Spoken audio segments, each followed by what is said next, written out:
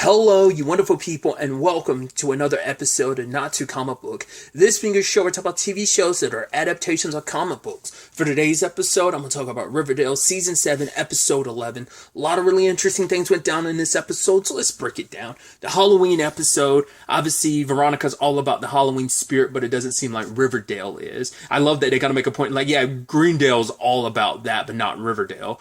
But the fact is that there was a tragedy where like two bulldogs and two vixens died in a car crash, and because of that, they've all kids can still go out and trick or treat, but the teenagers can't, because it's like, right, kids will at least be out with their parents, so there's some form of responsibility. Plus, they're not going to be driving like teenagers are, so it's like, right, teenagers are going to be rambunctious and hellions out and about, so they've kind of put a kibosh on that. But Veronica being who she is, she's always someone that goes against the grain and sees an opportunity where it's like, right, let's have fun, let's celebrate, especially because what Halloween also means for her, because she gets to, it's also a family tradition of hers where she got to celebrate, and I'm going to butcher it, I always butcher it, but Dilis Muerte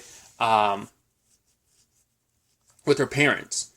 God, I'm probably like completely butchered it. I might even be confusing that with something else entirely. But either way, it's like, right, you're honoring the dead, which I figured out of anyone, it'd probably resonate with Archie, which does come up in this episode. But it's like, yeah, like considering like obviously he lost his dad, so I figured this would kind of resonate with him. But also Reggie's never really had a Halloween. It's like, right, where he lived, it's more like, hey, go to school, like, and work on the farm. Like he didn't really have time for stuff like that. So he's kind of embracing it. And so well, first and foremost, let's start off with the Veronica of it all, like her putting on this ghoul show, this kind of ghost show, and she's got Clay and Kevin, and even got Cheryl and Tony involved. Tony wanted Cheryl to come because it's like, hey, this is an opportunity. Everyone, this is the year where this is the one time in the year where everyone gets to wear a mask. This is our opportunity to finally take off our mask, which I thought was kind of a beautiful antidote to their circumstances. So we get to just be us. We don't have to worry about anyone else. And if anyone says anything, we're just possessed by the spirits of the night and stuff like that. And Cheryl had her reservations because on Halloween, that's when like the Vixens have their sleepover, but she left everything to Evelyn to kind of handle, and her and Mitch were like, oh, we'll hang out, because Mitch wanted to go see things perform. So it's like, oh, and Cheryl kind of gave into it and was like, right, I wanted to check out the show either way, so let's go. And it was even this thing of like, hey, maybe, because Cheryl was like, if I go, like, I want you to be able to keep a secret, which Mitch is like, I'm really good at keeping secrets. And eventually, even in an episode, they kind of exchanged secrets, which is beautiful. But jumping ahead a little bit, of course, Evelyn was going to be there. It's only a matter of time. It's like, she, like, obviously, like, her introduction in this show, she sucked, because obviously it was associated with the farm and everything. But she's going to put Cheryl on blast, and she's going to put Midge on blast, because she's probably heard both of their secrets. So she's going to definitely be that, because even Cheryl was like, yeah, if someone asks me, I'll just kind of deny it and say the spirits possess me. But that's probably going to be the thing of Cheryl can probably deny hers, Midge probably won't be able to, and that in itself is going to screw up her plans, because the whole plan was, hey, Fangs was going to get super famous. He's in a position where he actually was setting up a record deal, so it's like he's in a position where he wants to be able to be good enough to ask Midge's parents again for her hand in marriage. So that'll probably expedite that faster than Fangs was ready to, and it might even just blow up the whole thing. We'll see. But also putting Cheryl on blast, because that's not just going to affect her. It's also going to, like, once I could definitely see her mom sending her to the Sisters of Quiet Mercy, just because that's exactly what happened originally, and especially in a time where that homophobia is like rampant like it is, then like there's no way like she sadly won't escape that, or she's gonna have to continue denying who she is. It's not a combination of the two. I could definitely see Evelyn hoarding that over Cheryl's head, like, oh, if you don't do what I say, like, I'm gonna blackmail you into like you doing what I say. Or maybe she'll probably like try and get like Cheryl in so much trouble that Cheryl will have either force Cheryl to be like, hey, back down from Captain, and the Vixens are going to be mine. We need someone who's, like me, a good example to lead the Vixens. You've strayed from the righteous path, or some BS like that. Or, like I said, threatened to just expose. I don't know, but you can tell Evelyn's up to no good. So we'll have to wait to see how that pans out. But going back to the celebrations, it heavily worked out for Veronica. It was an amazing show. Obviously, her, Kevin, Cheryl, Clay, and Tony all put on like a fantastic show. And even Alice was kind of flabbergasted by it. Now, I don't know whether it's just kind of like, oh my God, the raw, like, sexual feelings of energy in the air was so palpable you could cut it with a knife. I don't know if that's what she was feeling or what. Because her and Hal put on their own performance, and she made a whole point. Like, she was like, oh, I was in the neighborhood, so I decided to stop by, but I know who you are, Veronica. You're a rabble rouser. I'll let you kind of run things and do your celebration tonight, because for Veronica, it's like, right, your thing's about family. To me, we're allocated to teenagers. It's an exclusive teenagers thing, so it's like, right, shouldn't cut into your audience, really. But, but she's like, yeah, I got my eyes on you, which is like, yeah, you're already enough trouble because of Alice. So I think the last thing you'd want is even more attention. So I'm curious to see how she handles that. We got a little bit of a reaction later on when she like told Betty, get in the house. I thought you were like, I can't believe you weren't in the home and blah, blah, blah, blah. Because she doesn't know that obviously Betty was doing her own thing, but she wasn't at the ghost show. If she was, it probably would have been a lot worse, but also her mom probably wouldn't even listen. And I love even Betty bringing the point of, wait, I thought you weren't my mom anymore. She's like, I'm not, but you're still living under this house, under my rules, so get in here. So you can't have it both ways. I guess in her mind it is, the hypocrisy of parents sometimes. They're human sometimes, not sometimes. They're humans too, so they can and are fallible. You're just, as a kid, you don't really realize that until you get older, where you're like, oh yeah, parents are like humans. They make mistakes too. They can be hypocrites as well. So we'll see kind of the full, what ends up being the aftermath of that. Because Alice has always been the one that could lead a campaign, especially last season. Yeah, she was being mind controlled. But it's still, Alice can lead a witch hunt like that. Let's just kind of leave it at that. But it's like, we know she can lead one. She's even kind of led one in the season, but I can definitely see her like pushing against Veronica a lot. Which even Clay and Kevin were wondering, because like when they snuck in that, look for Clay's keys, but they were doing some heavy making out, but they were like, why are you here so late? She's like, oh yeah, I'm just working on some stuff. But because the only person who knows that she isn't staying at home anymore, I think Betty's the only one who knows about her circumstances. And, but she's like, yeah, like it's like, oh yeah, the Pembroke is getting like remodeled. So that's all it is. I'm like, I wonder why she didn't tell Clay and Kevin. It's not like Dave would judge her or anything, but I don't know if it's a combination of pride and like not wanting anyone to know. Like, I think she's always presented such a strong front, and I think like being vulnerable in that capacity isn't something she's really willing to do. I think it also makes it cut that much deeper that your parents would kind of do that to you, kind of leave you on your own, because you won't bend to their will. Like, you wanted to do your own thing and you wouldn't let them take the Babylonium and turn it into a parking lot. Like, the fact is that they did this, once again, parents being spiteful in that regard, You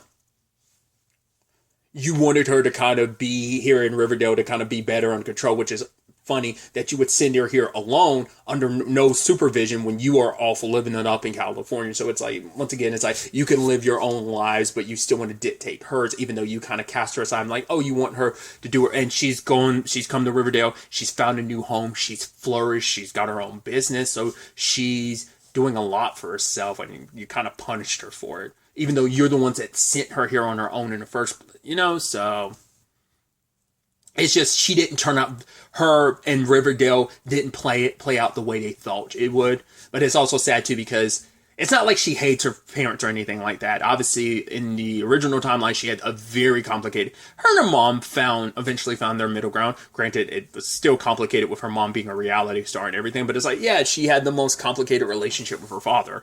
Continue to be one, even post him dying. But in this one, it's like, right, she had to be the one to do the celebration, lighting the candles. One of the pictures, if I remember correctly, I think that's her, abuelita, or grandmother. So I'm curious, she kind of had to do that on her own, even though it is like a family tradition. It's one of her favorite things that her and her family did together. It's like, it brought them whole, it made them, because it's all about family in that moment, but it's like, in this moment, you are kind of alone. you don't even have the Pembroke to feel like some form of home. And you're in this place that is kind of, it's not even home. It's just your place of business. It's a temporary home. And it just, at least you'd feel some comfort feeling like you're next to your family. You're connected to your family, at least in a Pembroke. But the Babylonium's all yours. And now that it's just like, it's a place that's all yours and it's not even your home, it feels even more, I think, hollow in those moments, I think. But other than that side of things, we have Archie and Betty and the Reggie side of things, which I love that while they're working on the car, Betty's just caught up in her fantasy of caught between both of them. And I love that. Well, I think I've talked about it before. It's so interesting because I feel like that's never all, I mean, and maybe that's just my like ignorance where I'm thinking like, I'm trying to think like, I think you see it from time to time, but I think the fact is like, you know, that for lack of a better term, like, you know, Betty being the horny teenager that she is, which I'm like, all teenagers are, like, we all remember being like those like fucking horn dog teenagers when we were that same age. It's like, right, your hormones are like, you know, it's like, oh, that's when you discover about sex and, you know, your curiosity rises through your roof. And so it's just so interesting, once again, getting Betty's perspective on that, because it's like, I feel like you don't always get the female perspective on it, because it always sometimes get allocated just being like, oh yeah, it's a dude thing, but you kind of forget like, yeah, like women are just as sexual as dudes and can be just as sexual as a dude and can fantasize and get lost in their fantasy just as much as dudes can. So I think it's still just so interesting when it's just like her just caught in her fantasies. But yeah, I even love her. What was her? She's Goldilocks, and she's like, yeah, you know, Goldilocks trying out the 3 beds till she found the one that was just right. And it's like Archie, Reggie, and Dilton. But Dilton had to kind of bail out because Julian and the other bulldogs were making like going around smashing pumpkins in mailboxes, which I'm like, God, I mean, once again, he's also going to like, he's the egotistical bastard that thinks he can get away with everything because, hey, I'm the son of the Blossoms. We're the most prominent family here. Like, our family kind of runs things. We're the main industry of this town. So without us, you know, this town would kind of be nothing. So he gets a lot of, like, he's got the key, he's the next in line for the family and stuff like that. So, like, he's got the keys to the castle. So he, you know, never really dives into the consequences because he's probably never had to suffer any because mommy and daddy were probably always there to clean it up for him, you know, as your typical, like, affluenza type of situation of, like, spoiled brat. So that's definitely going to be interesting. Well, because it's going to be interesting to dive into that and to see if he has any character growth at all. Like I said, it's kind of an interesting parallel with Jason, which Jason did before he died, like grow and change and wasn't the same person he used to be. But Julian hasn't had that, you know, so we'll see if that continues and not being a thing. But because of that, Dilton had to bail. And so it's just Archie and Reg. But now it's a thing of like, yeah, they're both getting vibes from Betty, which she's feeling it too. She's got butterflies for both of them. So now both of them are like, right, whichever one of us gets the go ahead from Betty, the other one kind of bails out, like kind of no hard feelings type of situation. So they both are vibing. It is a thing of she likes Reggie, but Archie also has the like added bonus of him and Betty have a lot of history. They've been friends for a long time, ever since they were kids. They've always, you know, been neighbors and stuff. So they've been in each other's life for so much longer than like Reggie has. So that kind of goes a long way, especially when it's like, hey, we're here like he's at the grave of his father and her holding hands is like, oh yeah, and them taking a trip down memory lane. That goes a long way. So Reggie tried to give them space. Which, hey, they ended up, they were going to a haunted house. It never even crossed my mind that they were going to go to the, I was about to say the Munson house. It's like, that's not Ethel's last name, is it? I know I'm thinking of Eddie, from Stranger Things, but I can't remember Ethel's last name off the top of my head. I don't think it's Munson, right? I think I might just be confusing that with Eddie, but maybe it is Ethel's as well. But either way, I didn't expect them to go to her house, but before Archie and Betty could really enjoy it, the milkman showed up, and I guess that should have been a precursor of like, right, he would show up here at the house, which also, you know, right, he shows up at both crime scenes, which we'll get to it later on, but I'm like, why return to the scene of the crime? Like, does he know something's up, or is it just an it's something in particular he's after. We'll get to that in a second when we get to Jughead's side of things, but we might be getting closer to understanding his motivations. But either way, that fun and everything was kind of cut short. Sadly, because Reggie was kind of left hanging with that whole situation, he ended up going off with Julian and them. But sadly, we find out from Frank at the end that there was a crash, and we don't know if there's any survivors. Most likely, those other bulldogs are dead. The only ones that probably survived are Julian and Reggie, hopefully. But also, this might play into the whole thing of, okay, so now Julian might face some consequences, or like I said, it might be a thing of his parents try to clean up this mess. It's like, it's such a big thing. Like, how are you? That might even be a thing. I mean, hopefully it's a thing of Reggie ended up getting out of the car while they were in Greendale, so maybe they were the only ones in the car. I feel like it might even be more poetic and effed up and heartbreaking, but it might be more poetic if Julian ended up dying in a crash because of it, but I think it weighs even more if he has to be the one that has to survive, and he probably goes on like nothing happened, like it didn't matter, because he doesn't have to suffer the consequence. Like I said, it's just definitely going to be interesting to see how they handle that, but I get the feeling like either Reggie was in there and he's fine, hopefully, or he got out at Riverdale, or maybe ended up taking a bus ride home or something. Like, I don't know. I don't know how far, like, Greendale in particular is in relation to his home, so we'll see how things kind of turn out on that front. But the other side of things, we had Jughead, picking up from last episode. Jughead is trying to bring up everything he learned from the cat lady neighbor to Sheriff Keller, but, it's like, right, she never saw the milkman, she only heard, so it's like he's not willing to open up that case. They really don't have enough to really. I think even Ethel's family's case might be closed. I don't know if that's even considered open. It might still be, but whatever the case may be, he's not willing to reopen the Brad Rayberry thing, which even Jughead ends up talking to Ethel, like, let her know, like, hey, that milkman came back again. The milkman you saw that no one really believed. So what's the connection between Brad Rayberry and Ethel's parents? And it doesn't seem like to be one. But the moment she was like, I'll see you soon, I'm like, is she breaking out? Which she did. She's been looking for a way out since the beginning. And so she ended up going to this party with Jughead, because initially it's like, well, you can't stay here. The cops obviously know, like, the first place they would look is the train car. Plus, they've already tossed the place before, so they have no qualms coming back. So it's not the best place. So the place he ended, I wasn't expecting him to, like, shack her up at Brad's place, but it makes sense. They wouldn't think to look for her there, so. But you can tell by Ethel's expression and stuff, she enjoys being around Jughead. Like I said, I'd like to really go back to season 1. I can't remember if Ethel's in season 2 at all, really. But definitely, obviously, she returns like in a bigger role, in a bigger capacity in season 3. But it's like, that's when it became clear how she felt about Jughead. She made it clear, like, oh yeah, I've always had a thing for you. I think that was, I don't know if that was pre-Jason or post-Jason, how she felt about Jughead. But it's pretty clear that it's like, oh, we're really good friends, but I also like you, but Jughead's kind of unaware. But obviously there's the whole Jughead and Tabitha of it all, so.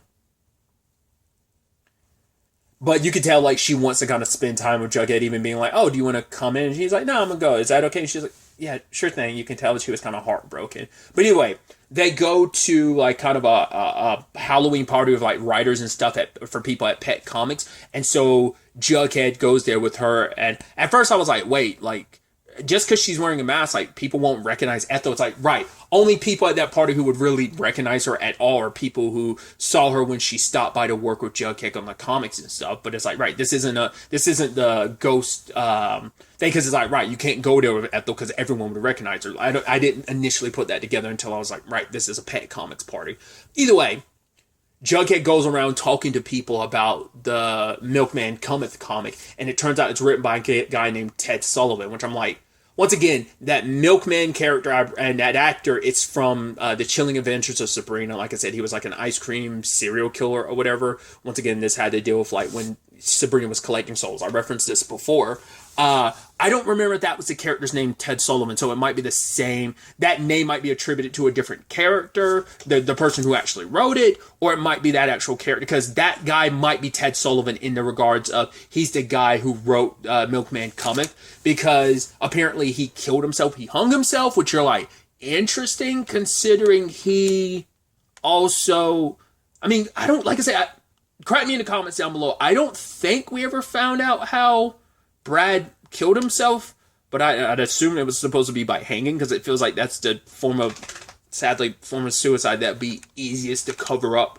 A form of murder that easily disguises suicide would be like a hanging type of situation. So that, if that is the case, like I said, maybe they referenced it before, but they always just say like, oh, he killed himself. They never, Jughead didn't really comment on it, so that's why I'm like, maybe Brad didn't hang himself or something like it. Either way, that just struck me as odd. But then it's like, right, Ted's dead because he killed himself because he didn't think like he could make anything greater than the milkman coming. So I'm wondering, like, because the whole point is like, well, if that's the case, like, why is this all happening now? If Ted's been dead all these years, like, why is this all happening now? Maybe there's a deeper history there of like, there has been suspicious stuff in the past, but no one's attributed it to the milkman stuff until now.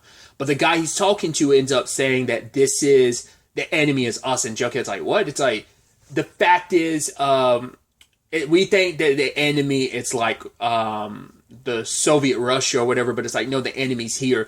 Basically, he was making it seem like the enemy is the conforming of the U.S., like the U.S. kind of making you bend and kind of conform to its ways, with just like, especially what this place is in the time of like 1955. So it almost feels like, part of me was wondering, like, is that what this is about? Because like, Ethel's parents were like super religious, so I'm like, is that what that was about? And we know Brad was in like an interracial relationship, so I'm wondering, like, maybe Ethel's parents weren't the holier than thou, like the good Christians they pretended they made themselves out to be. Or maybe it had to deal with, like, maybe the way they treated their daughter. I don't know, but maybe he's going after people that doesn't fit the mold of what is supposed to be the traditional, like, values of America at this time. Maybe that's what that's about. But then, once again, why return to the scene of the crime? Not unless the milkman had nothing to do with it. He just happened to be in those places at the time, but he actually didn't commit the murders. Maybe he's just some weirdo. I don't know. But we do see that at the end of the episode, he's already in the apartment when Ethel gets there, which I'm like I said, why go back to the two scenes of the crime? It also goes back to my point too. Why disguise the crimes the way you did? You straight up murdered, like brutally murdered Ethel's parents, but then you disguise Brad's murder as a suicide? Like, that doesn't seem right. And obviously the cat lady came out and was like, oh, I thought I heard the milkman. And then Jughead realizes, runs back to check on Ethel. I was like, dude, we're not doing this right. But it's not Ethel that's dead. It's the milkman. She's like, I told people I saw the milkman. It's like, that didn't go the way he thought it was. So I wonder, did she get the knife from Brad's kitchen, or did the milkman have it on you? Like, that's why I'm like, the milkman might not be, like, he might have been a red herring. He has some part to play in all this. Like I said, he could actually be the real Ted Sullivan. Maybe he faked his death to bring up hype about the milkman cometh, or I don't know. It feels like there's some piece to this puzzle we're still missing. We'll ultimately have to wait to see where the next episode takes us with all of this, especially when it's like, cool, Sheriff Keller's going to have to come over and see, like, oh, there really was a milkman. Maybe it'll prevent Ethel from having to go back to the Sisters of Quiet Mercy, or maybe she'll just kind of disappear from the scene and Jughead will just say, like, he found the milkman like that. I have no idea. Because he doesn't want, because Ethel is going to try and wait till she turns 18, because that way the government can't decide something like, oh, you're a minor, so we get to decide, you're a ward of the government, so we force you into this Sisters of Quiet Mercy situation, especially because she's like, right, they're violent and abusive, which we already know that because of, once again, their past tactics of how they handle things, such as homosexuality. So it's no surprise on that front, but it's definitely going to be interesting to see how this all plays out next episode. But really, that's all I wanted to talk about. So the next time we meet, be happy, be safe, live life to the fullest, and enjoy it. Good day and good